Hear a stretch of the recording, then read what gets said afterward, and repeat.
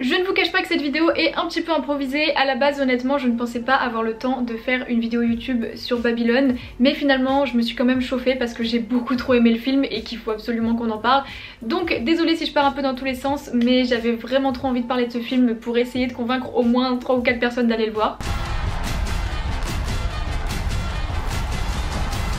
Comme d'habitude, on commence avec une partie sans spoilers et je pense qu'il y aura peut-être une petite partie spoilers en fin de vidéo, mais elle devrait pas être très longue. Donc maintenant, pour en revenir au film, parlons bien évidemment de Damien Chazelle, ce génie qui est un véritable cadeau pour le cinéma. Ceux qui me suivent depuis un moment, vous connaissez déjà mon amour pour son cinéma, c'est clairement un de mes réalisateurs préférés. La La Land, à l'instant où je l'ai vu, c'est devenu un de mes films préférés. Whiplash, je l'avais adoré, il était tellement intense, c'était fou d'arriver à faire une telle qualité dans un film avec si peu d'expérience. Et j'ai aussi beaucoup aimé First Man, même s'il était assez différent des deux autres, mais c'était une expérience vraiment folle, clairement une des meilleures expériences ciné que j'ai vécues, que ce soit visuellement ou en termes de qualité sonore. Le film était incroyable, le moment du décollage, j'avais vraiment l'impression d'être dans la fusée et c'était extrêmement flippant. Franchement, c'était extrêmement flippant la manière de représenter le bruit et l'intensité de la scène et se dire que les mecs à l'époque voyageaient vraiment dans l'espace, dans des sortes de boîtes en carton presque. Enfin c'était juste fou et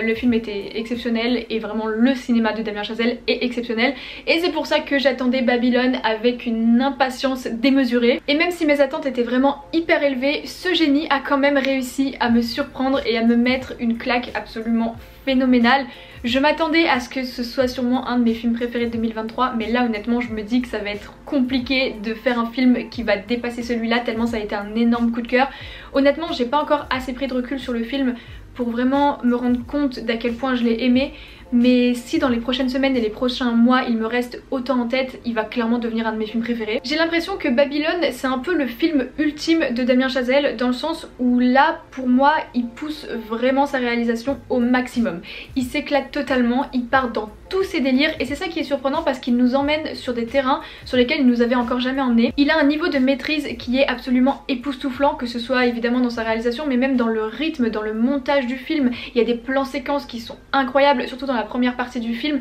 La scène d'introduction est hyper longue et elle est vraiment exceptionnelle, elle est vraiment folle, mais même après il y a encore d'autres plans séquences qui sont juste waouh quoi, vraiment c'est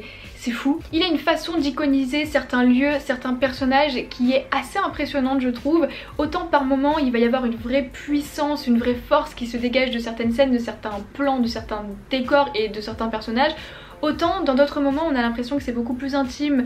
beaucoup plus fragile, beaucoup plus sensible, et ce changement d'ambiance est tellement bien maîtrisé. On a des scènes qui sont complètement dantesques, complètement démesurées, qui sont vraiment des fresques avec plein de figurants, plein de décors, de l'agitation de partout, des éléments de partout, et par moments on a des scènes qui vont être vraiment beaucoup plus intimes, dans des décors beaucoup plus sobres, beaucoup plus simples, qui vont jouer vraiment sur l'intimité du personnage, et c'est beaucoup plus touchant dans ces moments là. Et cette capacité à mélanger les ambiances, c'est un peu ce qui constitue toute l'essence du film au final. Il est un peu inclassable. On peut pas vraiment dire si c'est une comédie, un film musical, un film noir, un drame. Il y a tellement de genres qui se mélangent, il y a tellement de codes qui sont utilisés et qui viennent de plein de types de films différents que c'est juste totalement fou comme expérience, et c'est pour ça que ça en fait vraiment un produit de cinéma, dans le sens où dans un seul film on retrouve un peu tout ce qui constitue l'essence du cinéma, la musique, la comédie, le drame, enfin vraiment tout, et c'est pour ça que c'est une fresque qui est à l'image de son propos, c'est-à-dire le cinéma en lui-même, mais qui est vraiment à l'image de l'ampleur en fait de cet art, et c'est juste magique. Parce que oui, pour celles et ceux qui ne savent vraiment rien du tout sur le film, Babylone c'est un film qui parle vraiment du cinéma en lui-même, puisque l'intrigue se passe dans les années 20, au moment où il y a la transition entre le cinéma muet et le cinéma parlant, et en fait on va voir un peu tout ce que ça a impliqué dans le cinéma, tous les bouleversements que ça a amené, que ce soit pour l'industrie en elle-même de manière globale ou pour les personnes qui en faisaient partie. Et ce qui est intéressant avec Babylone, c'est qu'on va pas juste parler du cinéma en lui-même et du cinéma en tant que tel, mais aussi de toutes les thématiques et toutes les problématiques qui gravitent autour. Alors j'ai vu des gens qui reprochaient au film justement d'avoir abordé certaines thématiques sans aller au bout, et je suis d'accord que au final les thématiques sont souvent effleuré voire survolé et jamais vraiment exploité en profondeur, mais en fait c'est plutôt logique puisque le film se veut comme une fresque. C'est un peu comme si on prenait un instantané d'une époque, on fait une photo à une époque et on dit voilà, à cette époque les grandes lignes du cinéma de cette époque c'était ça. Donc on ne rentre pas dans les détails mais on représente la globalité de ce que c'était. Donc d'un côté Babylone va nous montrer toute la folie, la décadence et la beauté et la magie du cinéma de cette époque, mais d'un autre côté il va aussi nous montrer ses côtés beaucoup plus sombres avec voilà, le fait que ce soit un monde hyper hypocrite, hyper égoïste, vraiment cruel avec ses artistes, puisque là-bas, enfin à cette époque là tu peux gravir les échelons aussi vite que retomber, et c'est un monde qui est évidemment raciste, qui est misogyne, enfin voilà c'est compliqué quoi. Et j'ai vraiment adoré le fait que le film explore tout ça, le mélange des genres, le mélange des thématiques, c'est fait avec tellement d'harmonie, tellement de cohérence, c'est juste incroyable. Et une chose aussi que j'ai notamment beaucoup aimé, c'est clairement l'humour du film. Je ne m'attendais absolument pas à ce que le film soit très drôle, mais il est réellement hilarant. Il y a vraiment des scènes qui sont complètement lunaires, qui sont complètement folles et qui sont complètement délirantes, et les situations sont tellement improbables que ça rend certains moments vraiment hilarants. Et on n'avait jamais vu Damien Chazelle sur le ton de l'humour, en tout cas pas à ce point là jusqu'à maintenant. Et ça lui va tellement bien, franchement c'est tellement bien joué, et il y a un rythme aussi dans les transitions, dans le montage qui fait que des fois on passe d'une scène à une autre, et on passe d'une scène qui est hyper sérieuse à une scène qui l'est beaucoup moins, et la transition en elle-même est tellement bien faite, c'est tellement drôle. Vraiment je vous jure, ce film est magique. Et est-ce qu'on a vraiment besoin de parler de la qualité des musiques de Justin Hurwitz, ou Hurwitz, je sais pas trop comment ça se dit, mais bref, ces musiques sont juste exceptionnelles, exceptionnelles. Ce mec a un talent vraiment phénoménal, et son duo avec Damien Chazelle est juste exceptionnel. Ils ont déjà fait leurs preuves ensemble, donc c'était quasiment sûr que musicalement parlant Babylone allait être une réussite. Mais vraiment c'est fou, l'ambiance sonore du film, évidemment c'est très jazz mais c'est tellement bien fait. Le thème principal, ça fait vraiment une semaine que je l'écoute en boucle, et il accompagne tellement certaines scènes. Il y a des scènes qui sont tellement vibrantes, tellement pleines de vie, c'est électrisant, ça donne des frissons tellement c'est juste phénoménal en termes de sensations. Et puis par moments c'est quand même beaucoup plus doux, beaucoup plus mélancolique, voire même carrément triste, et on retrouve d'ailleurs plusieurs thèmes qui ressemblent énormément à ceux de La La Land. Il y a des moments où c'est vraiment les mêmes airs, presque aux notes près quoi. Au niveau du casting, je pense qu'on peut clairement dire que c'est un sans faute. Brad Pitt évidemment c'est toujours un boss, il joue un rôle qui lui va très bien, il a un rôle un peu décalé, et ça fait un petit moment je trouve qu'on l'avait pas vu dans un rôle comme ça, enfin en tout cas j'ai l'impression, alors que moi j'aime énormément ces rôles où il joue des personnages complètement barré, et là on se rapproche un petit peu de ça, même si le personnage a quand même une certaine profondeur tout ça, et il est très touchant par moments, mais il a une nonchalance qui est tellement bien joué, qui lui va tellement bien. Enfin son personnage a un côté à la fois hyper charismatique et en même temps hyper nonchalant comme ça, qui le rend hilarant. Margot Robbie bien évidemment c'est une reine, vous savez que je l'adore, et encore une fois elle brille de mille feux dans ce film, elle est juste phénoménale, c'est une actrice bluffante, c'est vraiment une de mes actrices préférées, voire peut-être même mon actrice préférée. Elle est tellement talentueuse, et ce film là met vraiment en avant sa qualité d'actrice parce qu'elle joue une actrice dans le film, donc forcément ça renforce la qualité de son jeu je trouve. Elle est juste folle, elle est complètement habitée par son rôle, elle vit à 100%, elle a une énergie qui est complètement débordante, qui est vibrante, qui est pleine de vie, enfin le rôle est taillé pour elle. Je sais qu'il me semble que Emma Stone était pressentie au début pour jouer le rôle, mais franchement Margot est... j'adore Emma Stone hein, mais Margot est géniale dans le rôle. Et l'autre acteur principal qui s'appelle Diego Calva je crois aussi, alors lui c'est une découverte totale pour tout le monde puisque Damien Chazelle a volontairement choisi quelqu'un qu'on n'avait jamais vu au cinéma pour qu'on ait une nouvelle tête, et franchement le mec s'en sort très bien. Il s'en sort très bien parce que le défi est assez énorme, enfin je sais pas, mais imaginez qu'on vous dise voilà ton premier film ça va être avec Brad Pitt, Margot Robbie, tourné par Damien Chazelle, enfin à qui ça arrive ça dans la vie en fait, et c'est fou, le mec s'en sort vraiment bien, il s'en sort vraiment très bien, il est assez touchant, il est assez crédible je trouve, il a une certaine sincérité dans son jeu, une sensibilité aussi qui était assez touchante je trouve, donc j'espère que le film va lui donner l'opportunité de faire d'autres projets et qu'on le reverra peut-être ailleurs. Tobey Maguire, je vais pas trop m'attarder sur lui parce que je préfère vous laisser le découvrir dans le film, mais franchement je l'ai trouvé plutôt excellent dans le film. Clairement c'est un acteur que moi de base j'aime pas énormément, j'ai rien contre lui en soi, mais voilà je suis pas spécialement fan de lui, mais là je dois reconnaître que le rôle qu'il joue lui va très bien. et voilà, c'est un personnage qui est assez intéressant, assez drôle et assez surprenant surtout. Et globalement j'ai vraiment bien aimé les personnages, je les trouve assez intéressants, ils ont tous une certaine profondeur, une certaine sensibilité, par moments ils sont agaçants, par moments ils sont hyper touchants, ils sont un peu révoltants et en même temps on a de la tendresse pour eux et c'est plutôt bien amené je trouve dans le film. Je sais que certains d'entre eux sont inspirés de personnes ou même des fois de plusieurs personnes qui ont réellement existé et je pense que ça aussi ça donne une dimension encore plus touchante au film parce que de toute façon même si c'est pas forcément exactement des personnes ayant existé, on sait qu'il y a des gens qui ont vécu à peu près la même chose à l'époque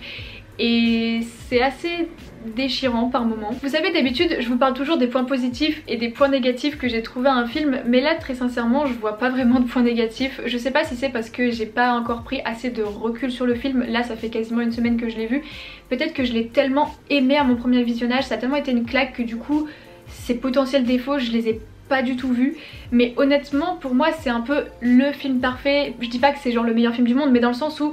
j'y ai trouvé tout ce que je voulais y voir en fait et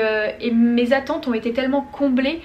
que j'arrive pas à lui trouver de défaut, à part peut-être son rythme qui est quand même très bon, surtout dans la première partie parce que la première partie c'est vraiment complètement déjanté, complètement fou, ça part dans tous les sens. La deuxième partie est beaucoup plus posée, beaucoup plus calme quand même. Mais au-delà de ça et du fait que du coup il y a quand même quelques petites longueurs et je me dis que peut-être au deuxième visionnage je vais le sentir un peu plus passer. D'ailleurs je vais retourner le voir et voilà je pourrais voir si vraiment il est si facile à regarder que ça malgré ces 3 heures ou si quand même on sent un peu des longueurs. Mais en tout cas au-delà de ça j'ai vraiment pas l'impression de lui trouver beaucoup de défauts. Très sincèrement je sais pas, il m'a laissé complètement subjuguée, transcendée, enfin c'était fou comme expérience, c'était fou et j'ai beau aller au cinéma très souvent, je vis rarement des expériences aussi folles et c'est tellement un moment exceptionnel que je suis fière d'être passionnée de cinéma dans ces moments là et je me dis les gens qui ne sont pas passionnés comme vous et moi, et ben ils ressentent pas cette sensation là, ils savent pas ce que c'est que d'être devant un film et d'avoir les yeux complètement écarquillés et d'être scotché et de se dire waouh ce que je suis en train de voir c'est un des trucs les plus beaux et les plus fous que j'ai vu de ma vie. Cette sensation là elle est magique et il n'y a que le cinéma qui arrive à me l'apporter, enfin en tout cas le cinéma de cette qualité là et c'est tellement dingue que c'est pour ça je pense que j'arrive pas à voir les défauts du film. Vraiment il m'a beaucoup trop transporté. Et honnêtement même s'il dure 3 heures, rien que pour sa scène finale qui est vraiment magistrale, je serais capable de le revoir là maintenant tout de suite. Bien sûr je ne vous spoil rien mais cette scène elle est dingue, elle est vraiment dingue. En fait je m'attendais tellement pas à un final comme ça que ça m'a vraiment laissé sans voix. Je pensais pas que Damien Chazelle allait pousser sa passion à ce point là en fait. Je pensais pas qu'il allait aller aussi loin dans son délire et dans ce qu'il veut raconter, dans ce qu'il veut dire. Et c'était vraiment beau de voir quelqu'un qui aime son art et qui veut montrer à quel point il aime et il le fait tellement bien. On sent l'amour du cinéma qui se dégage de ce film et cette scène finale, honnêtement pour toutes les personnes fans de cinéma je pense qu'elle est obligée de nous émouvoir. C'est vraiment hyper touchant et c'est un cadeau absolument magnifique pour tous les passionnés de ciné et franchement en ce moment on est gâtés à ce niveau là puisque va y avoir aussi The Fabelmans qui va sortir bientôt. Personnellement je l'ai déjà vu, je vais rien vous spoiler mais sachez que c'est très bon aussi, c'est vraiment excellent et c'est un film qui fait aussi une très belle déclaration d'amour au cinéma, totalement différente de celle que Damien Chazelle fait avec Babylone mais qui est aussi extrêmement touchante et beaucoup plus personnelle vu que forcément The Fabelmans est inspiré de Spielberg lui-même. Mais en tout cas en ce moment on a des films qui rendent hommage au cinéma, qui nous rappellent à quel point c'est un art important, un art qui est beau, qui peut faire passer énormément de choses, énormément d'émotions, énormément de sentiments et je trouve que c'est important justement que ces films sortent aujourd'hui parce que il y a souvent eu des périodes de transition au cinéma, comme le raconte Babylone justement. Il y a eu des périodes où le cinéma a failli se perdre, où c'est complètement transformé et où les gens ont eu peur qu'il ne soit plus comme avant. Et en ce moment on est peut-être un peu dans cette transition là aussi, on est à une période où les blockbusters commencent à prendre vraiment une ampleur phénoménale. Ça fait déjà plusieurs années que c'est comme ça et même très longtemps. Mais c'est vrai que ces derniers temps on a de plus en plus de gens qui sont inquiets sur le futur du cinéma d'auteur notamment. On est nombreux à avoir peur que des films justement comme Babylone n'aient plus leur place au cinéma, que plus personne ne veuille prendre la peine de les financer parce qu'ils n'attirent pas assez de monde. Et Babylone est justement en train de bider aux États-Unis, enfin il a bidé aux États-Unis donc c'est un peu la preuve que un nom ne suffit plus à attirer du monde au cinéma, ou un casting ne suffit plus, et si tu promets pas du grand divertissement gros public avec des gros effets spéciaux, bah t'as l'impression que les gens vont plus trop voir des films malheureusement. C'est très triste, et en même temps moi j'essaye de pas être non plus trop négative et d'avoir de l'espoir et de me dire que ces films là vont quand même réussir à créer des nouveaux adeptes, et que les passionnés seront toujours au rendez-vous quoi qu'il arrive, et il y aura toujours des nouveaux passionnés pour entretenir le cinéma. Donc je pense pas non plus que le cinéma d'auteur à gros budget comme on le voit avec Babylone va disparaître, mais c'est vrai que c'est important de rappeler à quel point c'est fort, à quel point c'est important, et à quel point le cinéma peut nous offrir de belles choses. Bref, je parle beaucoup trop, donc je vais m'arrêter là pour la partie sans spoilers, et je vais faire une toute petite partie spoilers. Mais en tout cas voilà, si vous êtes resté devant cette partie et que vous n'avez pas encore vu le film, que vous hésitez à le voir, n'hésitez pas, vraiment n'hésitez pas, regardez-le, je vous en supplie. C'est une expérience qu'il faut vivre au cinéma, c'est un film qui est taillé pour le cinéma, pour l'expérience dans la salle. C'est fou, vraiment, juste allez-y, profitez du moment parce que c'est une découverte fabuleuse, et voilà, vivez votre moment à fond parce que c'est fou. If you could go anywhere in the whole world, where would you go? I always wanted to be part of something bigger. I love that answer. Du coup, mini partie spoilers pour revenir sur la fin du film, parce que cette scène finale était absolument géniale et je voulais en parler un peu plus en détail parce que je voulais parler de l'utilisation du film Chantons sous la pluie, enfin Singing in the Rain, qui est un film que j'aime beaucoup. Et j'ai été tellement heureuse de le voir dans Babylone. C'était assez prévisible, enfin honnêtement quand on voit que Babylone parle du passage du cinéma muet au cinéma parlant, forcément Chantons sous la pluie nous vient à l'esprit. Et je m'attendais du coup à ce qu'il soit mentionné, cité, exploité à un moment dans le film. Mais la manière dont il a été utilisé dans cette scène finale, mais c'était tellement beau. Parce qu'évidemment ce film prend énormément de sens au sein de l'intrigue de Babylone, et j'ai adoré la manière dont Damien Chazelle l'amène avec le personnage du Mexicain, j'ai oublié le nom du personnage, mais qui du coup va dans cette salle, se retrouve face à ce film. Et en fait c'est le film qui raconte un peu ce que lui a vécu, c'est à dire que lui s'est fait en quelque sorte un peu éjecter du cinéma à l'époque où on avait le passage du muet au parlant, et justement le Chantons sous la pluie, c'est cette histoire là que ça raconte la manière dont certains acteurs ont eu du mal à passer la transition du muet au parlant,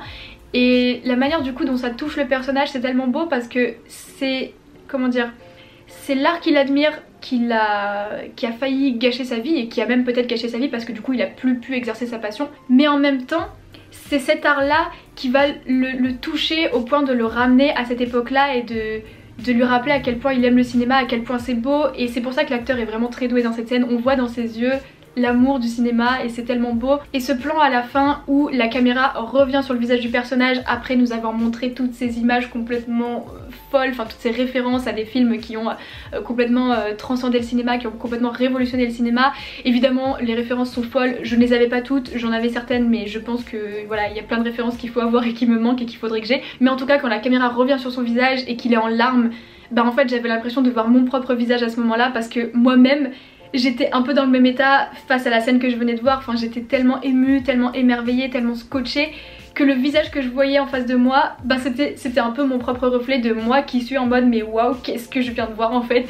Et c'était tellement touchant, tellement beau. Et Singing in the Rain est vraiment un film que j'aime énormément, c'est même sûrement un de mes films préférés je pense. J'adore les comédies musicales et celui-là c'est vraiment un pilier dans les comédies musicales. Et la manière de l'utiliser était beaucoup trop belle, et le simple fait de me mettre la musique, rien que pour ça je crois que j'aurais pu pleurer, parce que juste la musique c'est trop beau et c'est trop touchant. Et le film il est tellement tumultueux, il est tellement dense, tellement vibrant, tellement intense, que finir sur une musique aussi douce, aussi légère, aussi belle, aussi innocente si je peux dire, et ben c'était magnifique. Ça donne une certaine mélancolie, une certaine douceur qui est un peu inattendue après tout ce qu'on vient de voir qui était complètement fou. Et ce final était parfait, vraiment ce final est parfait. J'ai rien à redire sur ce film, enfin au-delà de tout ce que je raconte depuis tout à l'heure, mais c'était fou, c'était juste fou. Et là j'ai qu'une envie, c'est de retourner le voir. Vraiment ça me démange depuis quelques jours, j'ai trop envie d'aller le voir parce que c'était incroyable et je veux revivre ça. Je veux voir en fait l'effet que ça fait la deuxième fois. Bref, je vais m'arrêter là parce que la vidéo est déjà longue, le montage va me prendre 10 ans, c'est génial, vraiment j'ai trop la flemme. Mais en tout cas voilà, allez le voir si vous l'avez pas vu et que vous êtes resté en partie spoilers. Vraiment profitez qu'il soit au cinéma pour le voir parce que c'est une expérience de folie. Et on se retrouve bientôt dans une nouvelle vidéo vidéo ou dans des vidéos shorts, puisque bah je vous rappelle que les films que je vois un peu toutes les semaines mais pour lesquels j'ai pas du tout le temps de faire des grosses vidéos comme ça, j'en fais des vidéos shorts, donc n'hésitez pas à regarder ça.